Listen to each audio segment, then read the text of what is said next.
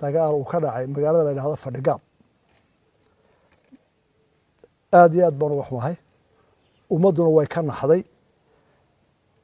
gobolkaas Sanaag Ceelaf Weyn gaar ahaan muddo dheer oo sanado badan ah ayaa arrinteeda lagu jiray in la xalliyo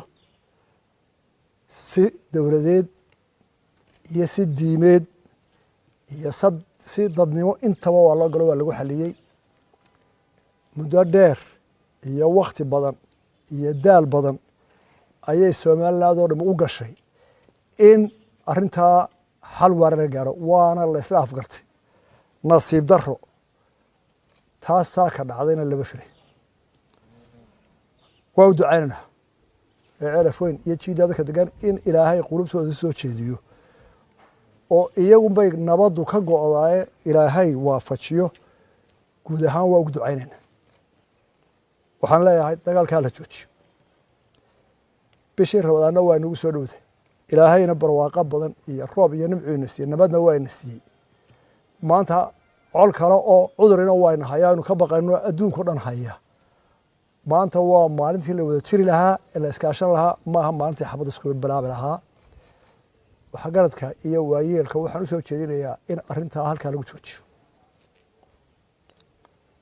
taa intaasaan ku dhaafayaa cudurkan maanta adduunka gelgelay COVID-19 Ilaahay maada ka gadheedo weli waa sahlanahay dalkeena cudurka waa lagu arkay waa lagu hayaa kaysas dhowra ilaahumba aynu barayaan inuu naga badbaadiyo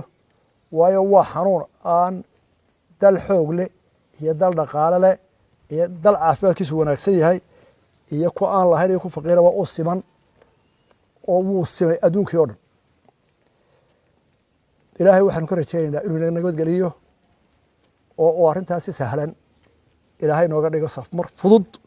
oo inta ay tahay aan inagu dhaafin taasina waa baryada Ilaahay dadka dalalka aynu idaacada ka dhageysano ee Yurub leh ee Mareykan leh iyo inagu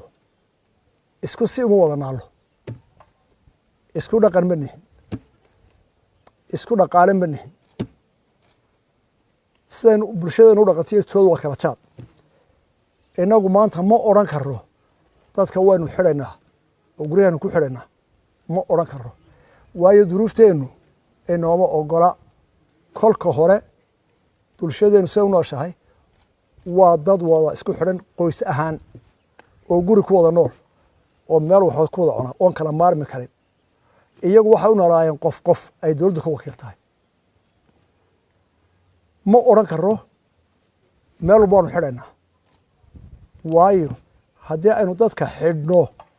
marka hore dadkii xidhnaa guryo nin walba qof gaar loogu xidho qof walba qol gaara uma helaynadii suurtagal maaha marka haddaynu xidhno waa dhibaato soo kordhay inagu waxaanu qaadanaynaa halka iyagu dhahdaan dad magaalooyinka hala xidho inagu waxaanu qaadanaynaa aynu dhibaatada yarayno aynu yarayno u jeedsanayna maadaama aan suurtagal noo ahayn saynu u yaraynaa dhibaatada waxaanu ku yarayn karnaa inaga oo qaadana talada dhakhaatiirta intii suurtagalaba in la kala fogaado laba waxa kale laynoogu daray waa faraxal waaba sunne waa luqluqasho waa sunne 5 goor baa Ilaahayna yidhi maalintii sankana biyaha ku shuba luqluqda faraxasha 5 kale aan ku darro ama 10 kale maxaa ku xiga waxa ku xiga dadka waayeelka ah iyo dadka cudurrada gaarka qaba ee u nugul iyagana aad loo sii daryeelo haddaad waalidkaa jecleedu meel joogo waxa wanaagsan inaydan ku buuqin oon 10 qof oo suuqa soo tagay u tagin kii bukooda inaan loo wada tagin